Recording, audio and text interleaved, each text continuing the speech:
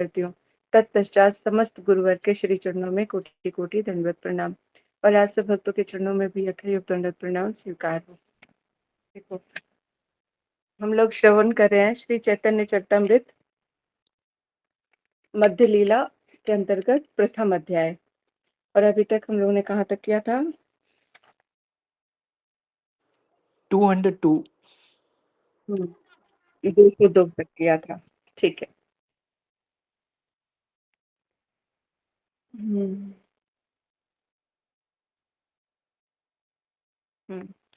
हम लोगों ने अभी तक श्रवण किया कि किस तरह से श्री रूप सनातन जी की जो दीनता है किस तरह से वो प्रकाशित कर रहे हैं और महाप्रभु के साथ मतलब दीनता ही जो है जैसे जैसे भक्ति हमारी उन्नत अवस्था में बढ़ती जाती है वैसे ये भक्ति का गुण है कि हमारे अंदर दीनता अपने आप स्वतः प्रकाशित होती है। ये ना बनावटी से आती है ना कपटता से तो हम लोग अभी कपटता करते हैं लेकिन जो है भक्ति का ये गुण ही है। इसी से पता चलता है कि हमारे अंदर जो दीनता है वो कैसे आ रही है। अगर दीनता है और हम लोग इस तरह से बढ़ रहे हैं आगे इसका मतलब हमारा साधन भजन जो है ठीक चल रहा है। नहीं तो अभी भी अनर्थ और अपराध के अंतर्गत ही हमारा भजन चल रहा है। तो जितना जैसा भजन जिसका उन्नत होगा वो उतना ही दीनहीन होगा। स्वाभाविक तौर पे उसको लगेगा कि मुझे कुछ नहीं आता। जैसे कैसे समझोगे इसको? जैसे मान लो अभी जिसको कुछ भी नहीं आता है, अब नए-नए भक्त लोग होते हैं, कैसे भक्ति करनी है, कैसे नहीं करनी है, कैसे श्रवण होता है, कैसे कीर्तन होता है, इतना सब कुछ सुनते हैं, लेकिन फिर भी लगता है कि जैसे हमें कुछ आता ही नहीं है। अभी हम कुछ बढ़ ही नहीं पा रहे, कुछ हमें समझ में ही नहीं आ रहा है, कुछ भी नहीं आता है। तो ये जो हमारी स्थिति नौसिखिए टाइम पर होती है ना, इसी तरह की स्थिति हो जाती है जब हम उन्नत अवस्था में पहुँचते हैं। जितना हम करते हैं उतना ही हमें कम लगता है। हरि नाम मुझसे हो ही नहीं पाता, सेवा मुझसे हो ही नहीं पाती है, हरि गुरु वैष्णव का जितना मैं करना चाहती हूँ वो हो ही नहीं पाता है। तो ये जो है हमारे हृदय में इस तरह की भावना स्वाभाविक तौर पे उत्पन्न होती है, यानी कभी भी आत्मसंतुष्टि प्राप्त नहीं होती। यही भक्ति का लक्षण है। क्योंकि भक्ति एक ऐसी है क्योंकि ये इतना अथाह समुद्र है, जितना गहरे में उतरते चले जाओगे ये उतना है।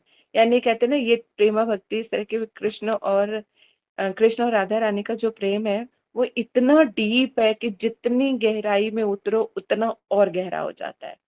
इसलिए इन दोनों के प्रेम की कोई था नहीं है। इसीलिए कहा कि प्रेम की कोई सीमा नहीं होती है और खासकर जब राधा और कृष्ण की बात आती है तो उसकी कोई सीमा का कोई अंत नहीं है। ठीक है। तो इसी तरह से यहाँ पर जो है दिखा रहे हैं इनसे हमें जो है श्री रूप और सनातन जी से यही शिक्षा प्राप्त होती है कि कितने दीन वो तो कितने उच्च कोटि के हैं, कैसी उनकी शरणागति है हम लोग श्रवण कर रहे हैं। तृणदपि का सुनीचे इनका मतलब यही है कि तृण मतलब घास, जैसे गाय जो है घास खा के अपने मालिक के अधीन रहती है उसी तरह से जब हम अपने हरि गुरु वैष्णव के क्योंकि साधक अवस्था है हमारी हम साधक भी जो है रूप गोस्वामी बता रहे हैं जब साध्य वस्तु को साधित करके हमारा भजन साधन आरंभ होता है तब साधक कहलाते हैं। तो अभी तो हम लोग बस चल रहे हैं किसी तरह से श्रद्धा निष्ठा रुचि तक हम लोग पहुंचे। श्रद्धा भी परमार्थिक श्रद्धा भी प्रॉपर उत्पन्न हो जाए। जब हमारी बुद्धि सिर्फ कृष्ण के अलावा कहीं और नहीं घूमेगी तब हमारा भजन जो है आरंभ होगा। अभी तो कृष्ण के साथ बहुत सारी चीजें हैं। तो हम लोग यहाँ पे श्रवण कर रहे थे कह रहे थे महाप्रभु को कह रहे थे कि मतलब मेरे जैसा जो है पापी इस जड़ जगत में नहीं है। हमारी कभी इस तरह की बुद्धि हो पाती है कि जहाँ पर हम सोचे कि इस जगत में अगर कोई पापी है तो केवल मैं हूँ। हमें तो अपने अलावा बहुत सारे पापी दिखाई देते हैं। एक हम अपने आप को अच्छे लगते हैं बाकी तो सब लगता है कि कहीं ना कहीं किसी की गड़बड़ है ना। तो इसलिए लेकिन यहाँ पे कह रहे हैं कि श्री रूप सनातन गोस्वामी जी की इस लीला से हमें ये समझना चाहिए कि अगर इस जगत में कोई अगर पापी या दोष अगर देखना है तो केवल अपने अंदर देखना है, बाहर के लोगों पे नहीं देखना है। क्योंकि बाहर की जिम्मेदारी तो कृष्ण ने ले रखी है, गुरुदेव ने ले रखी है। तो उनके लिए हमें हमें चिंतित करने की आवश्यकता नहीं है। हमें केवल चिंता करनी है अपनी, है ना।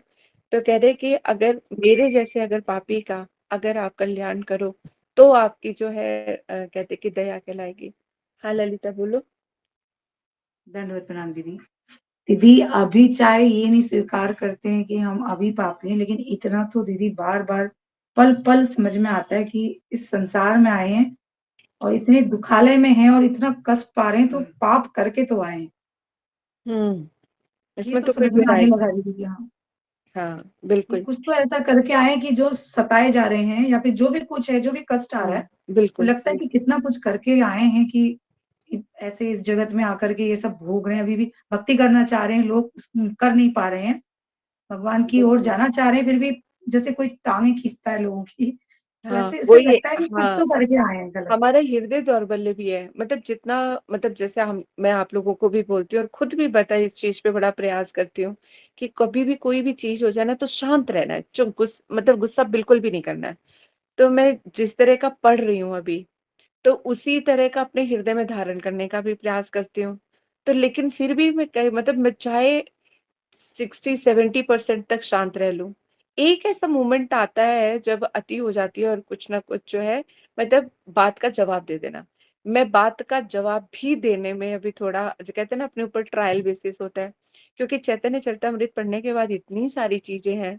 अभी जैसे छोटे हरिदास ठाकुर जी का एक प्रसंग आएगा, जो हम लोगों ने कितना ही श्रवण किया है, उसी को पढ़ के कितना गंभीर हो रहा था मन, कि मतलब कहाँ कहाँ चीजों पे ध्यान रखना है, कैसे कैसे चलना है, कैसे कैसे भक्ति की शिक्षाएं हैं। वाकई अगर मति वहां पे रखनी तो इतना करना पड़ेगा। तो कभी कभी तो दिल करता है खुद को ये खींच के थप्पड़ थप्पड़ लगाओ, और कई बार तो सच पूछो तो मैं लगा भी लेती हूँ। और ऐसे करना भी, मतलब कहते हैं वैष्णव करते, कहते हैं रोज झाड़ू मारना चाहिए, झाड़ू तो नहीं, लेकिन एक थप्पड़, लेकिन वो झाड़ू लगाने का मतलब होता है कि अपने मन को बार बार जो हरि नाम संकीर्तन से बाहर निकालना चाहिए, उसको कहते हैं। लेकिन कभी ऐसी चीज आ जाती है कि हम चाहते हैं कि हम ऐसा करें, लेकिन ये दुष्ट मन है, इंस्टेंट ऐसे कोई चीज हो जाती है ना जो मतलब बिल्कुल आउट ऑफ द, तो फिर भजन करने का क्या लाभ है। तो कहते हैं ना, हमारी गुरुवर, मैंने कथा सुनी थी, हाँ गुरुदेव ही कह रहे थे शायद, कि अपनी इतनी सख्ती से पालन करना चाहिए। गुरुदेव कथा कर रहे थे, ये मैंने कहीं पे पढ़ा है कि क्या है, भक्ति विनोद ठाकुर जी का है या श्री प्रभुपाद जी का है, हाँ शायद संजय प्रभु जी ही बता रहे थे कथा में, जहां उन्होंने बोला कि इतने कठिनाई से, मतलब अपने जो है ना, अपने नियमों का पालन हमें करना चाहिए। हाँ, याद आ गया। तो मुझे लग रहा है कहाँ सुना है।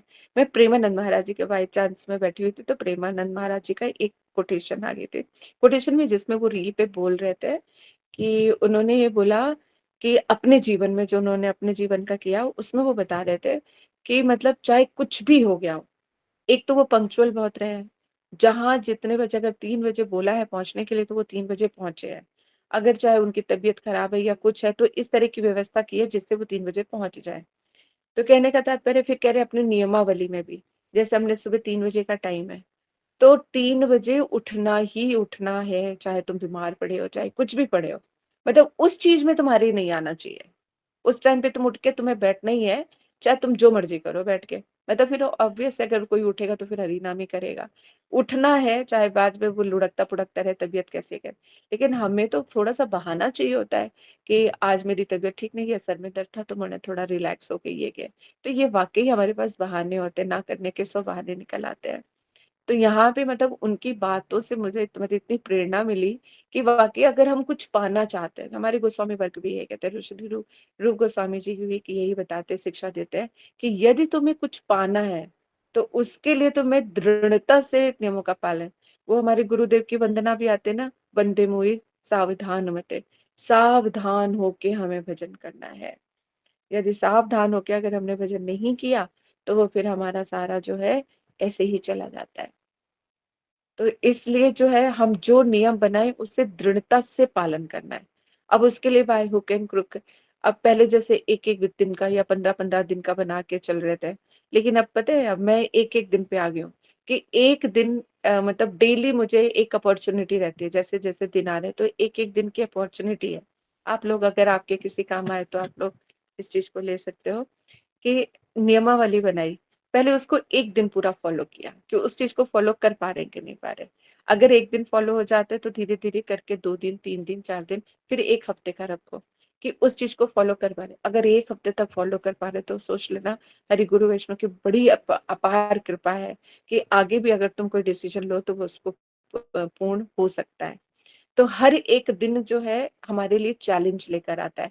आज ये गलती होगी, कल नहीं होगी, आज ये हो गया, कल ये नहीं होगा। तो एक-एक दिन में उसको सुधारना है। सुधारने के तो वैसे हर पल करना चाहिए, लेकिन पर सेकंड वाला तो हम सुधार नहीं पाएँगे। एक-एक दिन हम आप अपने आप को दे सकते हैं कि एक दिन में जो-जो गलतियाँ हैं, तो पहले सुबह उठ के ही या अगले दिन के लिए पहले से ही एक चार्ट तैयार कर लिया कि मुझे ये करना है। क्या मैं इसको रूटीन में वैसे कर पा रही हूँ?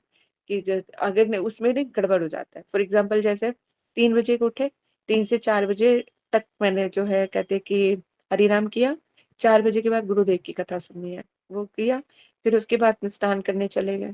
स्नान करने के बाद आरती किया पहले, फिर उसके बाद जो है आरती करने के बाद कहते हैं कि फिर मैंने मंगला आरती की, मंगला आरती करने के बाद दीदी की कथा आ जाती है, तो वो श्रवण किया।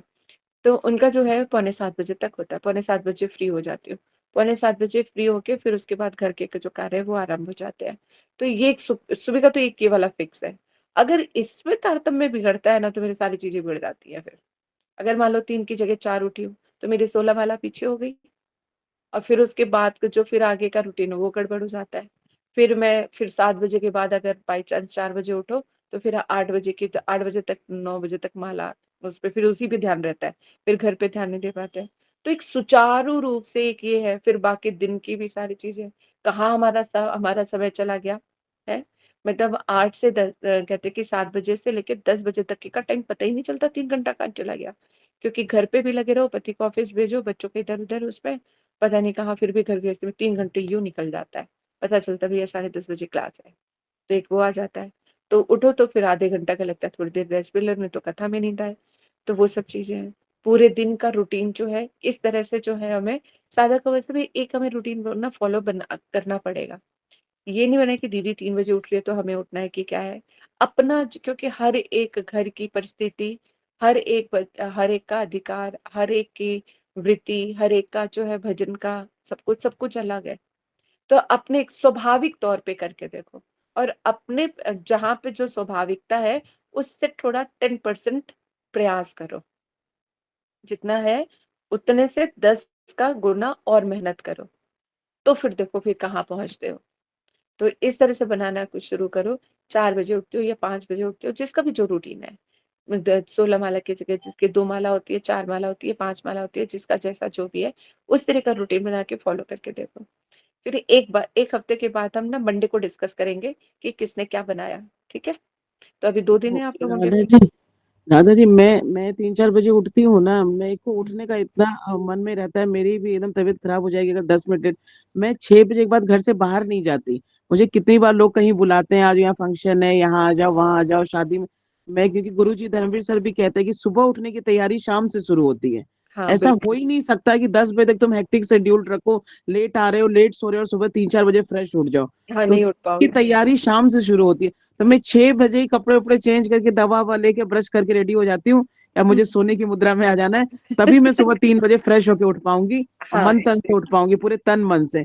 तो हाँ, वो मैं बहुत फॉलो करती हूँ कि 6 के बजे के बाद में कोई पार्टी, कहीं मार्केट की कोई भी फ्रेंड लोग बुलाती है, पार्क तक बुलाती है कि आ जाओ मिलने, मैंने नहीं, बस 6 बजे घर में। उसके बाद हाँ, तो वो नियम बहुत फॉलो करती हूँ। मैं जैसे सिलीगुड़ी गई कि मम्मी के यहाँ गई, कहीं भी गई, वहां पे भी 3-4 बजे उठ के बैठ जाती हूँ।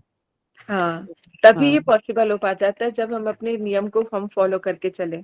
तो जब शाम अगर हमारी ठीक रहेगी लेकिन कई बार गृहस्थी में है ना, तो उसमें दिक्कत आ जाती है। कभी आते ही किसी के 8 है, 9 बजे हैं, खाना बन रहा है, सब चीज़ें चल रही हैं, ये सब चीज़ें चल रहा है। तो 8 बजे की भी क्लास इसीलिए थोड़ा किसी कइयों को वो मुश्किल हो जाती है ना?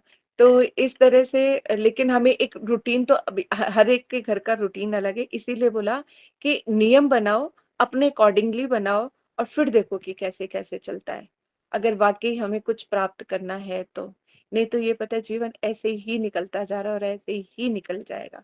कब मृत्यु हमें ले जाएगी और हमें ये भी नहीं पता चलेगा। अगले जन्म में सुयोग हम लोगों को मिलेगा कि नहीं मिलेगा ये भी नहीं पता। कि हमारा ऐसा ग्रुप दोबारा फॉर्म होगा, नहीं होगा।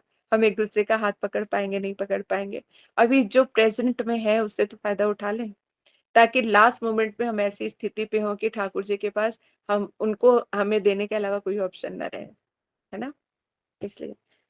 तो यहाँ पर जो है इसी दया को कह रहे कि सत्य एक बात कहूँ सुन दया मैं, मोह बिनु दयार पात्र जगते न है। मोरे दया करी कर स्व दया सफल, अखिल ब्रह्मांड देखो। यहाँ पे रूप स्वामी जी से कहते हैं कि हे दया निधान, एक बार तुम्हारे दुख दया बल, उनसे सच सच कह रहा हूँ, तुम इसको सुन लो। मोह बिनु दयार पात्र जागते न पाई। तुम्हारे मेरे जैसा जो दया का पात्र है ना, वो आपको इस जगत में कहीं और कोई नहीं मिलेगा। मुझ पे दया करके कर स्व दया सफल। जो आपकी दया है ना, यदि आप मेरे ऊपर करोगे तो आपकी दया सफल हो जाएगी। तो मुझ पे कृपा करके आप अपनी दया को सफल बना लीजिए। अखिल ब्रह्मांड, ये सारा का सारा जो ब्रह्मांड है ना, कम से कम देखे तो उसे कि महाप्रभु की क्या दया है। तो अपने आप को इतना दीनहीन और इन सब चीजों को लेके चल रहे हैं कि मेरे जैसे पापी का उद्धार करके आप जगत में प्रसिद्ध हो जाओगे कि देखो महाप्रभु कैसे दया सबके ऊपर दया करते हैं। यहीं पर ही जो है एक यमुनाचार्य जी का जो है पद है, स्त्रोत लिया है, उसमें भी अपनी दीनता को प्रकाशित करते हैं, उनसे कृपा मांगी है। तो कह रहे हैं, नामृषा परमार्थमेव एमे शृणु विज्ञापनम एक मग्रतः यदि मे न दश्यते तदा दनीयस्त तव नाथ दुर्लभा। अर्थात आपसे हम एक निवेदन कर रहे हैं। कैसे निवेदन? हमें भगवान से कई बार प्रार्थना करनी भी नहीं आती है। ये वैष्णव गण जो है, भक्त लोग हैं, अपनी अपनी प्रार्थनाओं की, जैसे अब यहाँ पर जो बोला गया है कि कहते चैतन्य महाप्रभु से कैसे प्रार्थना करनी चाहिए, कैसे दीनता होनी चाहिए, तो यहाँ पे रूप गोस्वामी जी करके बता रहे हैं। इसी तरह से हमें भी ठाकुर जी के ऊपर से हरि गुरु वैष्णव से प्रार्थना करनी चाहिए कि हमें लगना चाहिए कि हम पापी और दुष्ट हैं।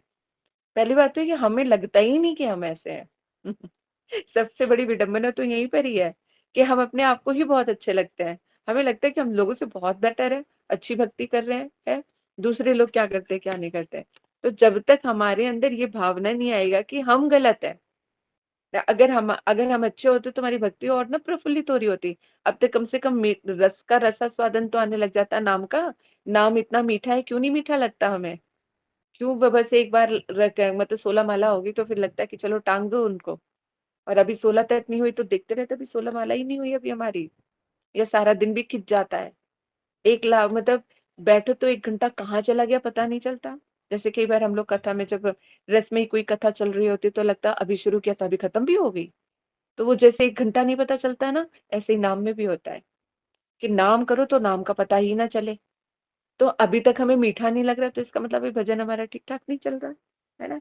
तो क्या बता रहे वैष्णव, हमें बताते कि हमें भगवान से किस तरह की प्रार्थना करनी चाहिए। तो कह रहे, नाम ऋषा परमार्थम एव में सुनो विज्ञापन मेघ मृगता। अर्थात आपसे हम एक निवेदन कर रहे हैं, इसमें कुछ भी मिथ्या नहीं है, अपितु यह परमार्थ से परिपूर्ण है। वह ये है कि यदि आप हमारे प्रति दया नहीं करेंगे, तब हे नाथ, आप उपयुक्त दया का पात्र और कहाँ पाएंगे। देखो कितनी सुंदर प्रार्थना कर रहे हैं यहाँ पर। कह रहे हैं कि क्या कह रहे हैं कि मैं आपसे जो निवेदन कर रहा हूँ उसमें जरा सा भी कुछ मिथ्या नहीं है, क्योंकि मेरे जैसा पापी सच में आपको कहीं नहीं मिलेगा। और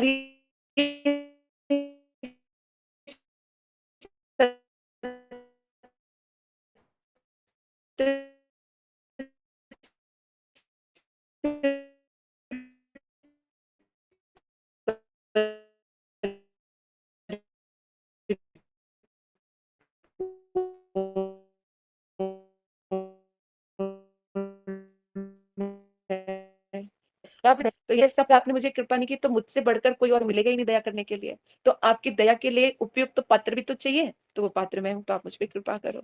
समझ में आ रही है ये बात कि ऐसे ही सुन रहे हो बस? वो तो ऊपर वाले में बोल रहे थे, यहाँ पे श्री यमुना आचार्य जी कह रहे हैं, जो एक भक्त है। हाँ, तो यहाँ पे ये सब चीजें अपने ऊपर हमें लेनी चाहिए कि हमें कैसे हरि गुरु वैष्णव से प्रार्थना करनी है।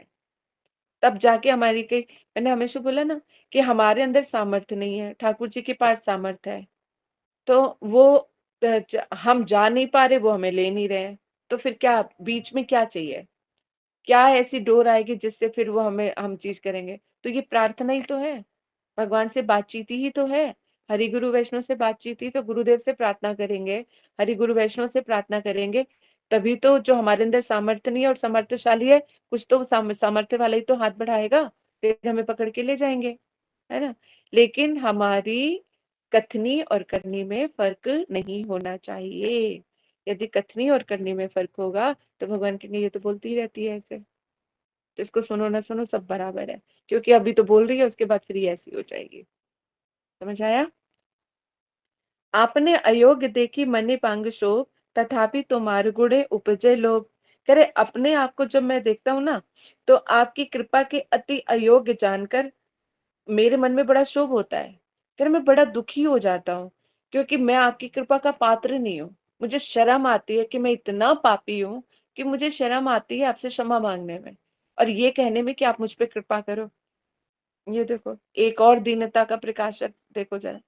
हम लोग तो अभी चलो सोच रहे कि चलो ऐसी प्रार्थनाएं करें, लेकिन यहाँ पे शर्मिंदगी का मतलब समझ में आ रहा है यहाँ पे, कि यहाँ पे जो शोभ शब्द का बोला गया है, आपने अयोग्य देखी, मतलब मैं इतना अयोग्य हूं कि मन में मुझे बड़ा दुख होता है कि मैं कैसे आपसे क्षमा मांगू। जैसे इसको कैसे समझोगे? इसको जैसे ऐसे बोलो कि भगवान मैं ऐसा नहीं करूंगा, फिर कर लिया, फिर दोबारा फिर बोला कि इस बार पक्का है। जैसे फॉर एग्जाम्पल ही ले लेते हैं, चलो शब्दों को भी इस्तेमाल कर लेते हैं। आज मैंने बोला, मान लो ठाकुर जी से मैंने कहा कि गुरुदेव आज मैं पक्का 32 माला करूंगी, 32 माला वो भी एकांत में बैठ के करूंगी। नहीं किया, गुरुदेव क्षमा कर दो, आज ये हो गया था, अब पक्का कल मैं पक्का 32 माला करूंगी, अभी तो, और वो भी अलग बैठ के, आप देख लेना। अब मैं, अब बिल्कुल मैं आपको मतलब क्या बोलूं, अब बस मेरा विश्वास कर लो। फिर अगला दिन आया, फिर वो जो 32 माला मैं नहीं कर पाई। अब जब मैं तीसरे दिन गुरुदेव से बोलूंगी तो कुछ मुझे शर्म आएगी कि नहीं आएगी मांगने में? कि कितने गुरुदेव ने, 1 दिन, 2 दिन, 3 दिन, 4 दिन, 1 हफ्ते बाद भी मैं उस तरह की परिस्थिति पे नहीं आ पा रही हूँ, तो मुझे फिर उसके बाद मुझे अपने ऊपर ही धिक्कार लगने लगेगा कि मैं इतनी अयोग्य हूँ कि मैं गुरुदेव की क्षमा के योग्य भी नहीं हूँ। उदाहरण समझ में आया? बोलो। हाँ हाँ बिल्कुल। हम्म। तो ये चीज है। तो यहाँ पर जो है ये इस तरह से दीनता प्रकाशित होती है। तो कह रहे कि अपने अयोग्य है। तो यहाँ पर ये रूप गोस्वामी जी कह रहे हैं लेकिन वो ऐसे हैं नहीं, वो तो बहुत कितने योग्य, वो तो महाप्रभु के परिकर हैं, लेकिन फिर भी देख रहे किस किस हद तक हमारे अंदर दीनता होनी चाहिए। तो बताए, कह रहे कि मुझे बड़ी शर्म आती है कि मैं आपसे जो है क्षमा मांग रही हूँ, लेकिन तथापि तुम्हार गुणे उपजे लोग। लेकिन मुझे पता है कि मैं इतना अयोग्य हूँ, मुझे शर्म भी आ रही है आपसे मांगने में, लेकिन आपके अंदर जो गुण है ना, आपकी कृपा का जो गुण है, उससे फिर मेरा लोभ बढ़ जाता है कि मैं चाहे कितनी भी पापी क्यों ना होंगी, लेकिन फिर भी मुझे क्षमा कर देंगे गुरुदेव। या अब यहाँ पे श्री रूप गोस्वामी महाप्रभु से कह रहे हैं कि हे महाप्रभु, तथापि मेरे अंदर इस तरह की कोई मतलब अयोग्यता से परिपूर्ण हो, लेकिन आपकी करुणा इस चीज से बहुत ऊपर है। तो आपकी करुणा देख के मुझे लोभ होता है कि मेरे जैसे पापी को भी आप तार देंगे। वामन है या चांद धरिते इच्छा करे, तैचे मोर यही वांछा उठे अंतरे। कह रहे कि जैसे एक बौना इंसान चांद को पकड़ने की इच्छा कर रहा है। चांद को बौना आदमी पकड़ सकता है? नहीं पकड़ सकता ना, वो कितनी दूर है। इसी तरह से रूप गोस्वामी जी कह रहे हैं कि मेरे लिए भी आपकी कृपा इतनी ही दूर है, लेकिन वह आपकी कृपा के ऊपर इतना भरोसा है कि वो चांद मेरे हाथों में आ जाएगा, इसलिए मुझे लोभ हो जाता है। तभी कह रहे कि वामन हैया चांद धरिते इच्छा करे, ताते मोर इच्छे वांछा उठे अंतरे। इसी तरह क्योंकि आपकी कृपा को देख के मेरे हृदय में ये भी भाव उठता है कि आप मेरे ऊपर भी अवश्य ही कृपा करेंगे। यहाँ पे एक यमुनाचार्य पद और स्तोत्र में से एक और लिया गया है, जिसमें कह रहे हैं भवंतम एवं अचर त्रिंत अंतरा, प्रशांतिनि शेष मनोतरा तरह, कदा कदाहमेकम एकांती नित्य किंकरः, प्रहर्षि श्यामी सनाथ जीवितम। अर्थात आपकी निरंतर सेवा के द्वारा अन्य मनोरथों से सर्वदा रहित होकर प्रशांत भाव से मैं कब अपने को आपके नित्य दास कहकर दास जीवन के सहित आनंद से प्रफुल्लित होऊंगा। बहुत सुंदर प्रार्थना है। इसको तो इनके भावों को अपने हृदय में धारण करने का प्रयास करना। ठीक है, कह रहे आपकी निरंतर सेवा के द्वारा अन्य मनोरथों से सर्वथा रहित, यानी बिल्कुल एकांतिक निष्ठ भक्ति और वो भी निरंतर, यानी कि आज किया और कल नहीं किया, जैसे अभी हम नियमावली की बात कर रहे हैं। तो कह रहे कि आपकी निरंतर सेवा के द्वारा और अन्य मनोरथों से सर्वथा रहित, हमेशा के लिए दूसरी जो भावनाएं मेरे हृदय में आती है वो बिल्कुल दूर हो जाए। कब मैं बिल्कुल प्रशांत भाव से, कब अपने आप को आपका नित्य दास बनकर गाय की तरह जो है पूरी तरह से मैं समर्पित होकर दास जीवन के सहित आनंद से प्रफुल्लित होऊंगा, कब मैं इस तरह की सेवा करूंगा। समझ में आ रहा है? इस तरह की भाव के साथ ही हमारा भजन आरंभ होगा। अगर गुरुदेव के प्रति इस तरह के भाव नहीं आते हैं, और इनसे अभी हमें समझ में आता है बहुत कोसों दूर है ना। लेकिन ये भावना तो जागृत करनी पड़ेगी। राधा कृष्ण के पास जाना है कि नहीं जाना, कोटि कोटि जन्म तो बिता दिए, और कैसे। इसलिए अंतरे दृष्टा बाहरी लोक व्यवहार। तो इसलिए तो अपने मतलब हमेशा ये अपनी ये प्रार्थनाएं जो है अपने डेली के उसमें ये हमें कर लेना चाहिए। डेली गुरुदेव से इस तरह की प्रार्थना करनी चाहिए कि हे गुरुदेव ऐसा कब आएगा। अब कि हमारे जो गौड़िया कीर्तन है ना उसमें बहुत सारे हैं कि हे गुरुदेव कब करुणा प्रकाश हो। ये बहुत सुंदर कीर्तन है, इसमें गुरुदेव के साथ प्रार्थना करते हैं कि हे गुरुदेव मेरा कब ऐसा दिन आएगा है कि मैं निरंतर आपकी सेवा में रहूंगा, विश्व में मेरा मन बिल्कुल हट जाएगा और आपके नित्य दास बनकर कि आपकी सेवा करना ही मेरा पूर्ण कर्तव्य है। कब दास जीवन जैसा जो है ऐसा भाव मेरे हृदय में उत्पन्न होकर मैं कितना प्रफुल्लित होऊंगा, ऐसा कब ऐसा भाव आएगा। सुनी महाप्रभु कहे सुन दबीर खास, तुम्ही दोई भाई मोर पुरातन दास। अब यहाँ पे महाप्रभु जब इतनी दीनता दोनों भाइयों की देख रहे हैं तो इनका हृदय बड़ा द्रवित हो गया। और क्या कह रहे हैं कि सुनी महाप्रभु कह सुनी दाबीर खास, हे सनातन गोस्वामी। हे दाबीर खास भी वो है ना पदवी सनातन गोस्वामी जी को दी थी। तो कह रहे कि हे दाबीर खास मेरी बात तुम सुनो, तुम ही दुई भाई, तुम जो दोनों भाई हो, मोर पुरातन दास, तुम जन्म जन्म से मेरे दास हो। ये बताया यहाँ पे। और क्या कह रहे हैं, महाप्रभु कह रहे हैं सनातन गोस्वामी से कि तुम दोनों जो भाई हो मेरे पुरातन, क्योंकि ये तो नित्य सिद्ध परिकर है ना, नित्य सिद्ध रूप मंजरी है। तो कह रहे पुरातन, तुम तो मेरे पुराने कि तुम्हारा और मेरा अब का संबंध नहीं है, मेरा तो हमारा तुम्हारा तो बहुत पुराना संबंध है। आज ही है ते तुहार नाम रूप सनातन, दैन छाड़ तुम्हार दैन फटे मोरमन। कह रहे तुम्हारी जो कहते हैं कि आज ही है ते दुहार नाम। तो कह रहे ये जो पहले तुम्हारा दाबिर खास और साकर मल्ली जो तुम्हारा नाम था, उनको हटा के आज से तुम्हारा नाम क्या है, रूप और सनातन है। दैन छाड़, कह रहे कि अब जो तुम ये दीनता प्रकाशित कर रहे हो ना, अब तुम इस तरह की बातें मत करो। तुम्हारे देने फटे मोर मन, कह रहे तुम्हारी दीनता को देखकर मेरा मन फटा जा रहा है। हाँ, गुरु गोस्वामी का, हाँ ठीक है। तो यहाँ पे क्या कह रहे हैं, दैन छाड़ तुम्हारे दैन फाटे मोर मन।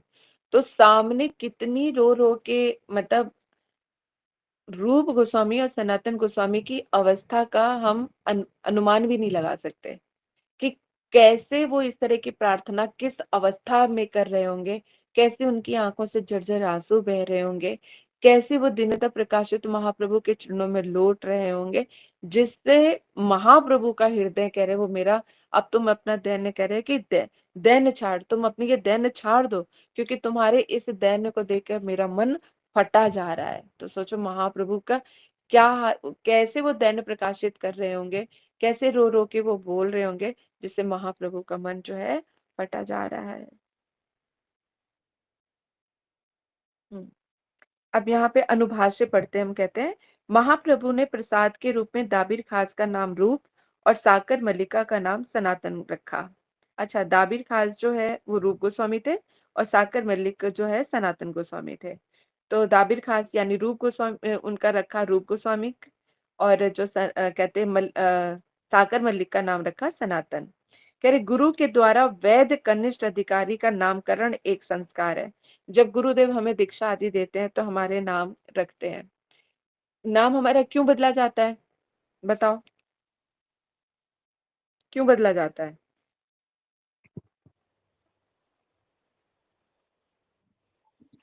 दीदी एक तरह से पुनर्जन्म हुआ तो दोबारा नाम मिला। पुनर्जन्म हुआ हमारा, पुनर्जन्म हुआ। चलो एक एक करके जवाब देते हैं। पहले तो जो हमें यहाँ पे नाम मिला है वो हमारे नित्य धाम का नाम नहीं है।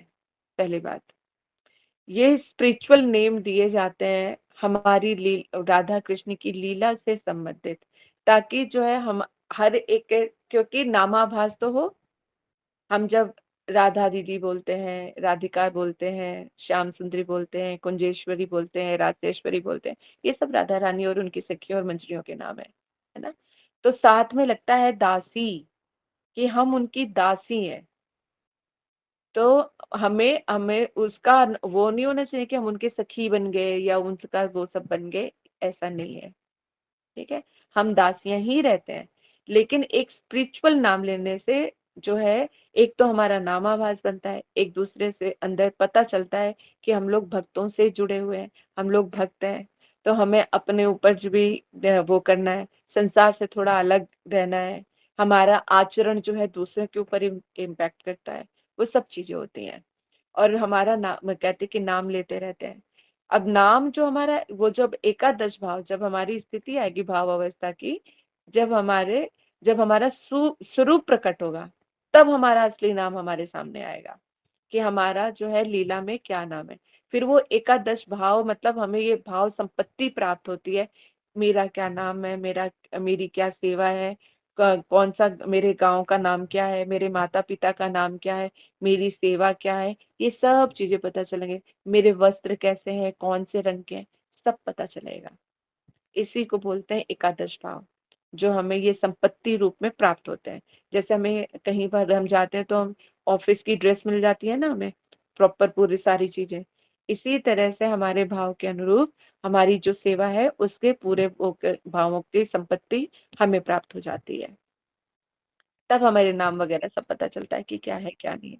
तो अभी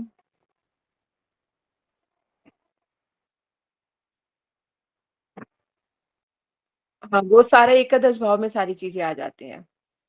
उसमें बहुत सुंदर तरीके से भक्ति विनोद ठाकुर जी ने बताया है भजन रहस्य में। हम्म। तो उसमें जो है कहते कि इस तरह से जो हमें पूरे एकादश भाव जो है प्राप्त होते हैं। तो इसलिए गुरुदेव जो है, जब हमारा एक पूर्व जन्म होता है, स्पिरिचुअल वर्ल्ड से कनेक्शन होता है, तो गुरुदेव हमारा एक नाम संस्कार करते हैं। तो कह रहे, जो गुरु के द्वारा प्रदान किए गए नाम की प्रसादी की अवज्ञा करते हैं, अर्थात उसका अनादर करते हैं या उसमें दोष देखते हैं, तो उनके द्वारा हरि भक्ति की संभावना नहीं है। यदि जो गुरुदेव ने नाम दिया है, अरे नाम दे दिया कोई बात नहीं, लेकिन अपना जहां जाते हैं दूसरा नाम ही बताते हैं, तो इस तरह से उस नाम की अवज्ञा हो गई, तो वो भक्ति में आगे नहीं बढ़ सकता। क्योंकि गुरुदेव के द्वारा प्रसादी रूप में जो चीज मिली है, अगर उसी की हम कदर नहीं कर पा रहे हैं, यानी गुरुदेव के विचारों की कद्र नहीं है, उनके शब्दों की कद्र नहीं है, उनकी जो आज्ञा दे रहे हैं उनकी कोई कद्र नहीं, तो भक्ति में हम कैसे बढ़ जाएंगे भला। हरि गुरु वैष्णव की अवज्ञा करके हम भक्ति में कभी आगे नहीं बढ़ सकते, जितना मर्जी कुछ भी चाहे कुछ भी कर लो। चैतन्य महाप्रभु देखो अभी कैसे कैसे शिक्षा प्रदान करेंगे, उनसे हमें पता चलेगा कितना संभल के चलने की जरूरत है हमें, क्योंकि महाप्रभु क्षमा नहीं करते। जो अपराधी हैं, जो अगर कहते हैं कि गुरु अवज्ञा है, वैष्णव हरि गुरु वैष्णव के अगेंस्ट अगर कोई भी है, यहाँ तक कि सच्ची माता ने अपनी माता को नहीं उन्होंने किया, क्योंकि उन्होंने अशब्द किनके लिए, हालांकि उन्होंने बोला भी नहीं था, मन में सिर्फ विचार ही किया था। द्वैत को अद्वैत आचार्य को वो बोल दिया था, ये तो दैत्य है। तो इतना ही बोल देने में, इतना मन में विचार कर लेने पे ही अपराध ले लिया था महाप्रभु ने, और सच्ची मैया को भी क्षमा नहीं किया था। वो तो उनकी माता है, सच्ची माता कभी क्या कोई गलत कार्य कर सकती है? पर उनको भी ये शिक्षा प्रदान की महाप्रभु ने कि मेरी माता भी यदि अगर कहते हरि गुरु वैष्णव के अगेंस्ट अगर उसमें आती है, तो कहते कि मैं उनको क्षमा नहीं करूंगा। तो हमारी चीजों को क्षमा कर देंगे वो, जो हम कह रहे हैं तुम्हारी सेवा में नियुक्त करना होना चाहते हैं। जब हम उनके वचनों को ही ग्रहण नहीं कर रहे, तो उनकी सेवा क्या करेंगे हम? इसी तरह से हरि गुरु वैष्णव के वचनों को यदि धारण नहीं करे, तो उनकी क्या ही सेवा कर सकते हैं हम? फिर मनमाने ढंग से चलता है। सेवा तो एक रिस्पॉन्सिबिलिटी होकर होती है, बिल्कुल सरेंडर, कि जो वैष्णव ने कह दिया वही करना है, फिर टस से मस नहीं होना, चाहे कुछ भी हो जाए। चाहे कितने भी लोग हमें कुछ भी बोलें, कैसे भी कहें, सब देख लिया जाएगा। लेकिन जो वैष्णव आज्ञा है उसी का ही पालन करना, उसी से ही हमारी भक्ति दृढ़ होती है। क्योंकि कौन देख रहा होता है, हृदय में चैत्य गुरु बैठ के देख रहे होते हैं, हरि गुरु वैष्णव देख रहे होते हैं कि कितनी निष्ठा से भक्त कहते हैं कि वैष्णव की आज्ञा का पालन किया है। अगर हम ये नहीं करते, वहां पे फैन बर्ड्स लगाते हैं, तो फिर तो ढल गया सारा सब कुछ। ठीक है।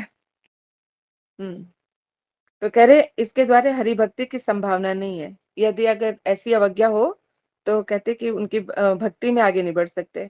वे जड़ जगत की प्रतिष्ठा में ही मत रहते हैं, फिर उनको जड़ जगत में ही प्रतिष्ठा चाहिए बस।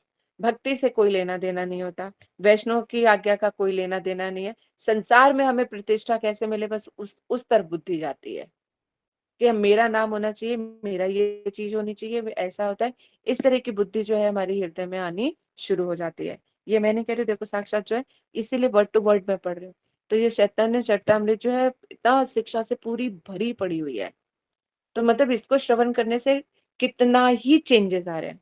मैं अपने अंदर भी खुद भी कितनी सारी चीजों को अनुभव कर पा रही हूँ कि कितने ही चेंजेस। क्या हालांकि कितना हम लोग कथा पढ़ते हैं, सुनते हैं, श्रवण करते हैं, लेकिन फिर भी मतलब इतना कुछ है। अभी राय रामानंद संवाद हम लोगों ने सुना, संजय प्रभु जी ने भी सुनाया, बहुत सुंदर सुनाया था। उनमें ये कह रहे थे कि राय रामानंद जी ने परमानंदपुरी जी को, हाँ, तो उनको जो है 9 घंटे 3 पहर कथा सुनाई। तो 3 पहर कथा ऐसी सुनाई कि सुनाने वाले भी मत हो गए और सुनने वाले भी मत हो गए, उसमें हो गए।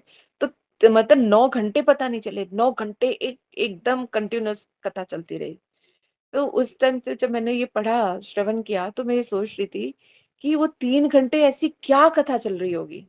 जैसे हमने भागवत की सुनी, सारा सब कुछ है, तो लगता है एक एक चीज जो होती है, क्या कितनी बार कैसे सुनेंगे और कितना रुचिकर होगा क्या। तो ऐसा क्या मतलब, जो बिल्कुल जैसे कई बातें होती है ना, कोई सीरीज ऐसी होती है तो हम 5-6 घंटे बैठ के एक साथ बिताते हैं, क्योंकि वो एक एक सीन इतना वो होता है कि दूसरे एपिसोड के साथ अपने आप लेके मन को चला जाता है। ये संसारिक उदाहरण इसलिए दिया क्योंकि ये तो बिल्कुल फ्रूटफुल है ना, आंखों के सामने है सब चीजें। कि कई बार सीरीज ऐसी होती है या कुछ होता है, इंटरेस्ट इतना बंधा होता है कि कहीं जाने का भी मन नहीं करता है ना। और बिल्कुल बांध के रखती है वो चीज की, फिर दूसरे में तीसरे में कैसे, अब क्या होगा, अब क्या होगा, अब क्या होगा, बंधे रहते हैं। इसी तरह से राय रामानंद जी जो है, उनकी ऐसी कथा है, ऐसी कृष्ण कथा उन्होंने बोली कि 9 घंटे कैसे निकल गए पता ही नहीं चला। तो समझ में आ रहा था, फिर ये मेरे मन में विचार रहा था कि ऐसी ऐसी दुर्लभ कथा कैसी होगी जिसमें बिल्कुल बंध बंध के बैठ जाते हैं। तो ना आज उसी का थोड़ा सा अनुभव हुआ थी। मैं जैव धर्म पढ़ रही थी। जैव धर्म में मैंने कहते हैं कि रस विचार में मेरा पढ़ने में बड़ा रुझान रहता है। तो मैंने रस विचार को ही खोल के मैं पढ़ रही थी। तो उसमें ब्रजनाथ जो है, विजय कुमार है, प्रश्न पे प्रश्न पूछते जा रहे थे, और वो जो उत्तर देते जा रहे हैं एक एक एक करके इतना डीप डीप डीप डीप होता जा रहा था। तो फिर मैंने उस चीज पे ये अनुभव किया। तो क्यूरियोसिटी होती जा रही थी कि ये वाला अच्छा, इसके बाद ये है, फिर इसके नेक्स्ट क्या है। तो वो मतलब टाइम कैसे, चाहे जितनी देर भी पढ़ा, वो टाइम बिल्कुल उड़ गया।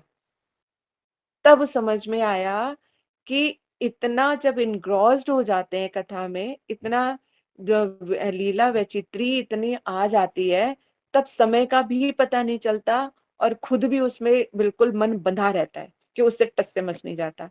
चाहे ये थोड़ी देर के लिए अनुभव गुरुदेव ने कराया या कैसे भी कराया, लेकिन उस चीज को मैं जान पाई जो मेरे मन में वो क्वेश्चन उठा था।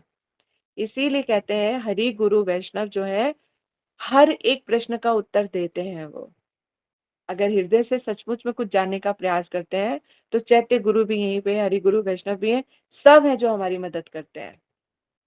तो एक छोटा सा एग्जाम्पल मैंने आपको ये चीज बताई। ठीक है, अब आगे कहते हैं, अर्थात ये क्या है, शंख चक्रदूत प्रुंड धारणात्मक लक्षणम तन नामकरण उच्चैव वैष्णवत मिहोतचते।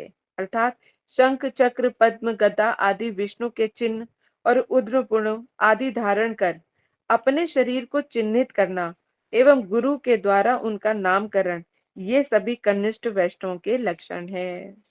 अगर हम इस तरह से करें कि जो हम लोग जो तिलक लगाते हैं ना, 12 तिलक लगा रहे हो और अपना ये पूरा लगाया, शरीर को चिन्हित करना और गुरुदेव का जो नामकरण है, ये क्या है, ये तो कह रहे हैं कि ये कनिष्ठ भक्तों के, वैष्णव के लक्षण है। इस तरह से जो भी हरिनाम दीक्षा आदि लेता है वो तो ये सब करके चलता ही है। कह रहे थे प्राकृत सहजियों में विष्णु दास्य परक नामकरण नहीं होने से उन्हें अब गौड़ीय वैष्णव नहीं कहा जा सकता। सहजिया में क्या करते हैं कि वहां पे दास्य परक नामकरण नहीं है। जैसे राधिका दासी, वह कहते हैं कि राधा विनोदिनी दासी, तो दास से ही सेवा की वृत्ति जागती है कि हमें राधा कृष्ण की सेवा करनी है, ना कि उनसे सेवा करवानी है या उनसे फिर हम कोई ऐश्वर्य मांगे या कुछ मांग करें।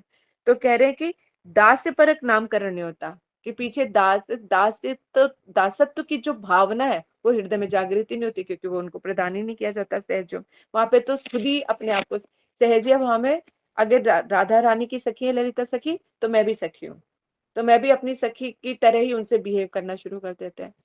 अब सखी की तरह, लेकिन उस लेवल पे आना, सहजिया भाव बहुत ऊपर का है, लेकिन यहाँ पर जो सहजिया भाव है ये नेगेटिव में उस पे आ रहा है, क्योंकि हमारी स्थिति वैसी नहीं है, लेकिन अपने आप को उस तरह रिप्रेजेंट करना, वो चीज यहाँ पे गलत दिखा रहे हैं कि अधिकार नहीं है, कुछ नहीं है, लेकिन हम ऐसे मान लेते हैं। जैसे हम लोग कहते हैं कि मंजरियां हैं, राधा रानी की दासियां हैं, ठीक है, अभी वो भाव तो उत्पन्न नहीं हुआ, लेकिन हम दूसरे लोगों को दिखाने लग जाए, तो जब तक अंदर वो चीज नहीं आएगी तब तक कैसे बाहर प्रकाशित होगा। तो ये तब इस तरह का सहजीय भाव से कहते हैं कि वहां पर इस तरह का जो सहजीय भाव हृदय में उत्पन्न होता है उससे भक्ति उत्पन्न नहीं होती, बल्कि नाशी होता है। इसलिए कहा उनको गौड़ीय वैष्णव नहीं कहा जा सकता सहजिया वालों को। अब वैष्णव लोग वैष्णव गुरु के नाम नाम से गुरु से नाम नहीं प्राप्त करते हैं। कह रहे जो अवैष्णव लोग होते हैं वो गुरुदेव के द्वारा से नाम नहीं लेते हैं, इसलिए वे देहात्म बुद्धि के वशीभूत होकर हरि से अपने संबंध को ना जानने के कारण सामाजिक वर्णोचित नामादि संरक्षण में ही प्रमत्त रहते हैं। यदि जो अवैष्णव लोग हैं, यानी ऊपर से तो मान लो वैष्णव रूप धारण कर लिया, लेकिन कोई शुद्ध भक्त का जो है पादाश्रय ग्रहण नहीं किया और उन्होंने उनको परमार्थिक नाम नहीं दिया, तो ऐसे लोग जो होते हैं, तो कह रहे उनकी बुद्धि जो है ना देहात्म बुद्धि बनी रहती है। अब जैसे हम लोगों को नाम दिया गया है ना, रासेश्वरी दासी, यानी हम क्या, दासी का भाषण है कि राधा रानी की हम दासियां हैं, तो दासी शब्द से सेवक जो की है भावना उत्पन्न होती है। तो देहात्म बुद्धि छूट जाए कि मेरे भैया मैं ये शरीर नहीं हूँ, मैं तो कौन हूँ, मैं तो राधा रानी की दासी हूँ, मुझे तो उनकी सेवा करनी है। तो ये दासत्व का भाव हमारे हृदय में जागृत रहता है। लेकिन जो देहात अगर जिनके ये ऐसे नाम नहीं होते हैं, जो गुरुदेव नहीं देते हैं, जो गुरु पादाश्रय नहीं करते हैं, तो उनके अंदर देहात्म बुद्धि बनी रहती है, वो आत्मा तक पहुंच ही नहीं पाते हैं। तो कहा देहात्म बुद्धि के वशीभूत होकर हरि से अपने संबंध को न जानने के कारण सामाजिक वर्णोचित नामादि संरक्षण में ही प्रमत रहते हैं। तो भगवान से तो अपने संबंधों को वो जान ही नहीं पाते, संसार के ही संबंधों में वो फिर फिरते रहते हैं, उसमें उन्हीं के संरक्षण में, संसार के संरक्षण में भी प्रमत्त रहते हैं। क्लियर है यहाँ तक? किसी को कोई डाउट? चलो आगे चलते। दैन्य पत्री लिखी मोरे पठाइले बार बार, सेई पत्री द्वारा जानी तुम्हारे व्यवहार। कह रहे तुमने जो अनेक दैन्य पत्र लिखकर मुझे भेजे हैं ना, उन्हें पढ़कर मैं तुम्हारे व्यवहार को अच्छी तरह से जान गया था कि तुम्हारे अंदर कितनी दीनता है। इंसान जब बोलता है ना, उसके बोलने मात्र से ही पता चल जाता है कि उसके अंदर क्या है। जैसे चेहरे से कोई बहुत सुंदर है, कोई स्त्री है या पुरुष, जो जिसको भी लेना चाहो ले लो, कि शक्ल से बहुत सुंदर, कपड़े भी बहुत अच्छे पहन रखे हैं, लेकिन बोलने का तरीका, अगर मान लो शक्ल से तो बहुत सुंदर और सारा चल, पहला इंप्रेशन शक्ल को देख के पड़ जाता है कि क्या बात है, चाहे लड़का और लड़की कि बड़ा सुंदर है, बड़ी सुंदरी है ना, लेकिन जब मुंह खोला बदतमीजी से बोल पड़े, तो वो सुंदरता काम आएगी? पहला इंप्रेशन तो बहुत अच्छा पड़ा कि कितना सुंदर है, कितनी सुंदर है ये स्त्री, लेकिन उसके बोलने के तरीके से अगर उसने बदतमीजी से बोल के या ऐसे जलील कर दिया, तो उसकी सारी सुंदरता चली गई, फिर वो जीरो बन गई, है ना। तो कह रहे हैं कि और बोलने से ही अंदर की सुंदर, अब एक है बड़ी कुरूप है, जो पहला इंप्रेशन पड़ा है भैया ये कैसी है, पता नहीं कैसी होगी, लेकिन जब हम उसके पास खड़े हुए, उसकी बातों की जो सौम्यता झलक रही है, जो रिस्पेक्ट है, उसकी बातों में जो मिठास है, तो उस मिठास ने उसकी सूरत भी चेंज कर दी। तो हमें उसके साथ उठना बैठना ज्यादा अच्छा लगेगा, है ना। तो अंदर की सुंदरता यानी बोल से, इसी तरह से अपने बोलों को बहुत सुधारना चाहिए, खासकर भक्तों को, क्योंकि बाहर के लोग जो है ऊपरी तो हमारा देख ही लेते हैं, उससे तो प्रभावित रहते ही रहते हैं कि तिलक लगा रखा है, कंठी पहन रखी है, हाथ में माला कर रहे हैं, तो उनको इम्प्रेस करने के लिए ये इतना ही रूप काफी होता है। लेकिन जब हम बोलते हैं, उससे ज्यादा इम्पैक्ट पड़ता है कि हमारा स्वभाव कैसा है, हमारे बोलने का तरीका कैसा है, कितना हम रिस्पेक्ट देते हैं, कितनी क्या चीजें करते हैं, वो हमारी भक्ति को और वो करते हैं। क्योंकि हम रिप्रेजेंटेटिव है ना, कृष्ण भक्त है, तो हमारी करनी फिर कृष्ण भक्तों की कैटेगरी में आ जाती है ना। फिर अगर हम कुछ गलत करेंगे तो वो चीजें हमारे हरि गुरु वैष्णव के ऊपर दाग लगाती हैं जाके। जैसे अगर हम कोई गलत काम करते हो तो हमारे माता पिता बदनाम हो जाते हैं, उसी तरह से यदि हम कुछ गलत करेंगे तो हमारे गुरु वर्ग बदनाम होंगे। हमारा आचरण जो अगर हम कुछ ऐसा करेंगे तो हमारे गुरु वर्ग बदनाम होंगे। इसलिए कोई ऐसी चीज नहीं करनी, कोई ऐसा कुछ नहीं बोला, इसलिए बोला कम बोलो, कम बोलो, बड़े धैर्य से बोलो और मीठा बोलो। ज्यादा बोलना भी हमारे लिए हमारी सारी एनर्जी को वेस्ट करता है, इसीलिए मौन व्रत धारण कहा गया है। मौन व्रत धारण का मतलब ये नहीं कहा गया कि बिल्कुल एक शब्द मुंह से मत निकालो, मतलब जब भी मुंह से निकले हरि कथा ही निकले, उसको मौन व्रत कहा गया है। और जितना हम मौन व्रत धारण करके रखते हैं उतनी हमारी एनर्जी, हमारी पावर बढ़ती है, उतनी धैर्य शक्ति बढ़ती है। नहीं तो बोल बोल के हम सारी अपनी एनर्जी खत्म कर देते हैं, फिर हमारे अंदर पेशेंस नहीं रह जाती है। देखो तो मतलब कहते कहते कई बार ऐसी ऐसी चीजें मुंह से निकल आती हैं कि वाकई बात जाके टिक जाती है, कि सारी एनर्जी तो हमारे हमने अपने बोलने पे ही लगा ली, तो धैर्य कहाँ, पेशेंस कहाँ रह जाएगी। जितना सहन करेंगे उतनी पेशेंस हमारी बढ़ेगी, और भक्ति में पेशेंस बहुत जरूरी है। ठीक है, तो कह रहे कि यहाँ पे इसीलिए बताया कि तुम्हारे जो तुमने लिखा, क्योंकि जो भावना है वही तो रूप गोस्वामी जी ने लिखा, तो महाप्रभु कह रहे वो तुम्हारे तुम्हारे कहते कि व्यवहार या तुम्हारी शक्ल से नहीं, तुम्हारे दैन ने जो तुमने लिख के भेजा ना, उसी से मैं समझ गया था कि तुम कैसे हो। तुम्हारे व्यवहार को मैं अच्छी तरह से जान गया, यानी अभी तक जो मैंने कुछ बोला तो यहाँ पर इस बात से ये चीज प्रमाणित हो गई। कह रहे तुम्हारे हृदय के भावों को पत्रों के द्वारा भली भांति जानकर मैंने तुम्हें शिक्षा देने के लिए एक श्लोक को बार बार लिखकर भेजा। तुम्हार हृदय अमे जानी पत्र द्वारे, मैं तुम्हारे हृदय के मन की बातों को कैसे जान गया, पत्र के द्वारा, क्योंकि उन्होंने शब्द के रूप में लिखा ना, भावना अपनी आई। तोमा सिखाई थे श्लोक कहलू बारे बारे, तो तुम्हें ही सिखाने के लिए मैंने एक श्लोक जो है बार बार लिखा। क्या लिखा देखो, राग मार्ग के जो भक्त होते हैं ना, एक वैधि भक्ति होती है, एक रागानुगा भक्ति होती है। जो राग मार्गी के जो भक्त है ना, उनका व्यवहार कैसा होना चाहिए, यही वाला श्लोक है जो हम कहते हैं अंतरय निष्ठा रखिए बाहर लोक व्यवहार। यहाँ पे महाप्रभु क्या कह रहे हैं, पर व्यसनी नारी व्यग्रपी ग्रह कर्मसु तमे स्वादप्य यंत्र नर्वसंग तत्सायनम। अर्थात जैसे करे पर व्यसनी नारी, यानी पर पुरुष में अनुरक्त रमणी की बात आ रही है। एक स्त्री जो शादीशुदा है, जैसे पर पुरुष में क्या करती है, अनुरक्त हो जाती है। व्यग्रपी गृह कर्मसु, अपने घर के कार्यों को बड़े अच्छी तरह से करती है ना, और बड़ी व्यग्रता दिखाती, बड़ी अच्छी तरह से करती है कि किसी को कोई शक ना हो जाए। तमें स्वादंत, हाँ, तो कह रहे कि तमें स्वादंत, अपने हृदय में अपने प्रेमी के तो भावों को जो है ना, जो बातचीत होती है या मिलती है, उस चीज का रस आस्वादन करती है। तो कहते हैं यहाँ पे इसे अमृत प्रभा में लिखा कि दिखाने पर अंतकरण में अपने प्रेमी के साथ नूतन संग रस का आस्वादन करती है। संग रसायनम होता है कि नव नव संग रसायनम, जो जितने भी अपने प्रेमी के साथ के नव नव जितनी भी जो बातें होती हैं, जो भी सारा सब कुछ होता है, अपने हृदय में उसका रसास्वादन करती रहती है। और क्या है, अब इसको देखो, इस चीज को अच्छे से समझो कि ये महाप्रभु ने ये उदाहरण क्यों दिया, क्योंकि अंतर मन से किसी को कोई लेना देना नहीं होता। और ये जड़ जगत का उदाहरण है, तभी हमें ये चीज अच्छे से समझ आएगी कि अगर कोई जो पर पुरुष में जिसका मन आसक्त है, तो वो चाहेगी नहीं कि घर पे किसी को पता चले, क्योंकि उसकी अपनी एक रेपुटेशन है, अपना सारा सब कुछ है। तो वो क्या है, हृदय में छिपा के रखती है। और घर के पति बच्चे घर परिवार इतना अच्छे से सुंदरता से सारे कार्य करके रखती है कि घर वालों को भनक भी नहीं लगती कि इसका मन कहीं और है। और सारा टाइम वो बड़ी आनंदित रहती है। काम करने में उसे पोछा भी लगा रही है तो भी उसी का आनंद ले रही है ना। कपड़े धो रही है तो उसी का आनंद ले रही है। पति देव की सेवा कर रही है तो उसका आनंद ले रही है। तो 24 घंटे उसके दिल दिमाग में उसका प्रेमी ही बसा हुआ है। तो उस प्रेम रस का वो रसास्वादन करती रहती है, तो सारा दिन प्रसन्नचित रहती है। तो घर वाले कहते हैं, अरे वाह, ये तो कितनी खुश है, कितना सब कुछ अच्छे से कर रही है। अब आ जाओ साधक अवस्था में।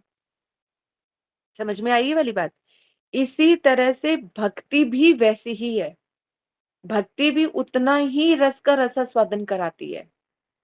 अगर हम भक्ति करें तो प्रेम नहीं है ना, वो तो परिवेश नहीं। इसमें बोला ना, पर पुरुष में अनुरक्त, अनुरक्त आ गया शब्द, कि उसको उससे प्यार है, प्रेम है, तो इसलिए उसके दिमाग में वो चढ़ा हुआ है। इसी तरह से जब हमारी आसक्ति जब कृष्ण में हो जाएगी, तो जब मतलब कृष्ण से हमें प्रेम हो जाएगा, तो अंदर का विषय बन जाएगा। अंतर है निष्ठा, बाहर लोक व्यवहार। तो कह रहे हैं कि जिस तरह से, तभी बोला कि प्रेम जो है कपूर की भांति है, उड़ जाएगा। जैसे अगर परिवेशनी को पता, अगर जिसका पर पुरुष में उसका आसक्त मन है, उसके घर में यदि पता चल गया तो सब कुछ उड़ के ही रह जाएगा, खुद भी उड़ा दी जाएगी, है ना। तो फिर कुछ भी नहीं, ना प्रेम बचेगा ना वो बचेगी। तो इसलिए उसने क्या किया, अपने अंदर ही वो सारी चीजें रखी, किसी को नहीं पता लगने दिया। इसी तरह से कृष्ण प्रेम का जो रस है, वो हमारे हृदय के अंदर ही रहता है, अंदर ही हिलोरे देता रहता है, और संसार के सारे कार्य वैसे ही चलते रहते हैं।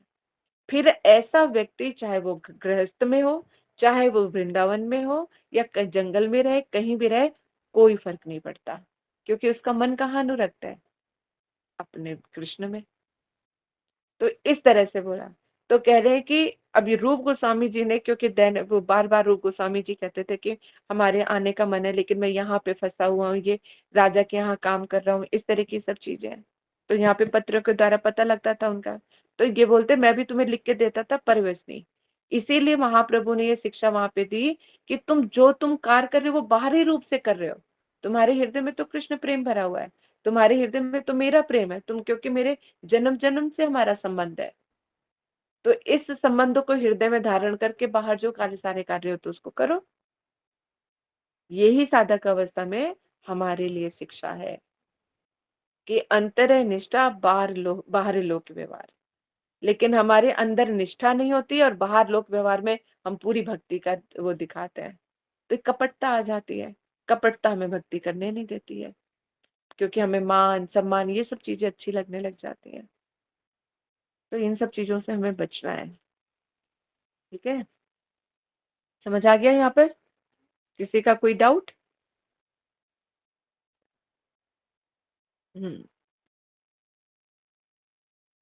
चलो इस श्लोक का भाव अनुवाद भी पढ़ते हैं। कह रहे, जो कुल रमणी अपने पति के बदले किसी दूसरे पुरुष से प्रेम करती है, वे पति पुत्र आदि की सेवा में अत्यंत तत्परता दिखलाती है। अच्छे से मैंने क्लियर कर दिया आपको ये। परंतु अपने हृदय में वह अपने प्रेमी के मिलने के नव नव रसों का आस्वादन करती है। ठीक है। जैसे पति के स्थान पर अन्य पुरुष से प्रेम करने वाली नारी अपने गृह धर्म पालन करने में संसार में रहकर प्रेमी के संग के सुख को हृदय में आस्वादन करती हुई दिन रात यापन बिताती है, ऐसे सारा दिन रात दिन बिता देती है, वैसे ही एक वैध वर्णाश्रम धर्म का पालन करके मूढ़ लोगों की वंचना करते हुए चतुर वैष्णव का हरिदास में ही भजन चातुर्य है। क्या कहने का तात्पर्य हुआ कि एक जो वैष्णव जो हरि भक्त है, इसी तरह से वर्णाश्रम धर्म का पालन करते हुए, जो यथा अभी हम लोग गृहस्थ में है, जो जैसी है उस अवस्था का पालन करते हुए मूढ़ लोगों की वंचना करते हुए, कि जिनको भक्ति के बारे में कुछ पता ही नहीं है, उनको अगर हम बताएंगे भी तो क्या ही समझ में आएगा, है ना। हृदय की बात तो कह रहे हैं, जो तन लागे सो ही जाने। जब तक कृष्ण प्रेम किसी के दूसरे के हृदय में नहीं उमड़ता, तब तक हमारी करनी कथनी किसी को कुछ समझ में आ ही नहीं सकती। जब आ ही नहीं सकती तो उसको तो बताने का क्या फायदा। इसलिए बोला, सारी चीजों का, धर्मों का पालन करते हुए चतुर वैष्णव के हरिदास में ही अपना भजन करना चातुर्य है। अब देखो, जो सिर्फ भजन कर रहे हैं उनके लिए तो इतनी परेशानी नहीं होती। उनको क्या होता है, परिक्रमा में चले गए, अपने उसमें कहते हैं कथा कीर्तन सुन लिया, अपने कर लिया, अपना स्व सुख का भजन होता है। ज्यादातर परेशानियां आ जाती हैं प्रचार में, क्योंकि प्रचार में आचार भी सच चाहिए। अगर अपना आचरण ही नहीं होगा तो फिर प्रचार कैसे करेंगे। दूसरी बात, प्रचार करने के लिए आपको बहुत सारी चीजों से गो थ्रू होना पड़ता है। अपने घर की चीजों को छोड़ के निकलना पड़ता है, अपना सब बहुत चीजों का परित्याग करना पड़ता है। वहां पे सारी चीजें डगमगा जाती है, वहां पे ये सब चीजें नहीं चल पाती हैं, क्योंकि वहां पे रिवील हो जाती है चीज हृदय की। अगर कहीं पे जैसे भागवत करने जाना है या कोई चीज करनी है या भागवत कथा ही करानी है या कुछ है, तो घर पे चाहे कितनी भी इमरजेंसी होती है, अगर भागवत फिक्स है तो वो तो करना ही करना है, बाय हुक एंड क्रुक। फिर तो सारी चीजें एक तरफ और वो चीज एक तरफ।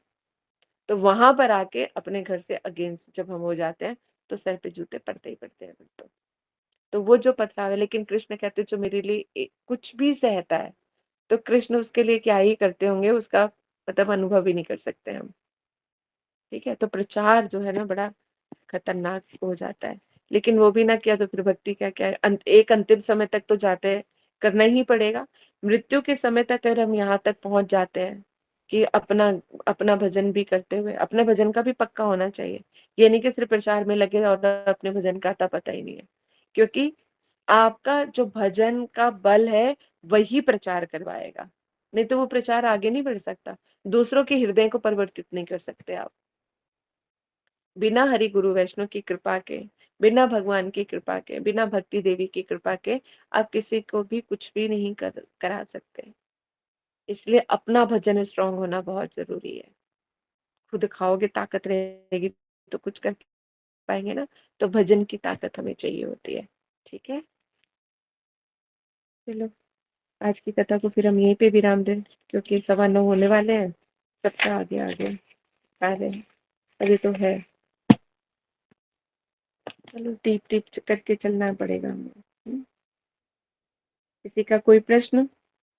सारे शांत हो गए डरा दिया क्या मैंने आप लोगों को? नहीं नहीं, बहुत अच्छा था, इसीलिए चुप हो गए। कुछ बोलते तो विघ्न पड़ जाता, इसीलिए आप पूछती भी हैं तो हम सुनने से बैठे रहते हैं कि वो खोल के हाँ भी बोल दे इतनी। हाँ, नहीं ठीक है, हाँ सिर्फ हाँ ही में चल जाता है तो भी समझ में आता है, बाकी आप मोजेस भेज देते हो तो पता लग जाता है। तो ये सब चीजें हैं, तो मतलब इतनी मतलब इतना सुंदर है यह ना अड़के चैतन्य चरितमृत। और ये सब चीजों का समावेश है ना, तो पढ़ने में एक अलग ही आनंद है सब चीजों में। और फिर हम लोग गो थ्रू हो रहे हैं, हमारी ये सिचुएशन ही ऐसी चल रही है, तो हमें ये महाप्रभु के एक मतलब इतना सॉलिड हमारे पास, मतलब महाप्रभु के साथ वो, क्योंकि स्वयं कृष्ण है और रास्ता दिखा रहे हैं भक्ति का, कैसे हमें भजन करना है। तो वो हमारे लिए बहुत ज्यादा मतलब कहते हैं कि फलदायक हो रही है। और वो लेडी का एग्जाम्पल दुनिया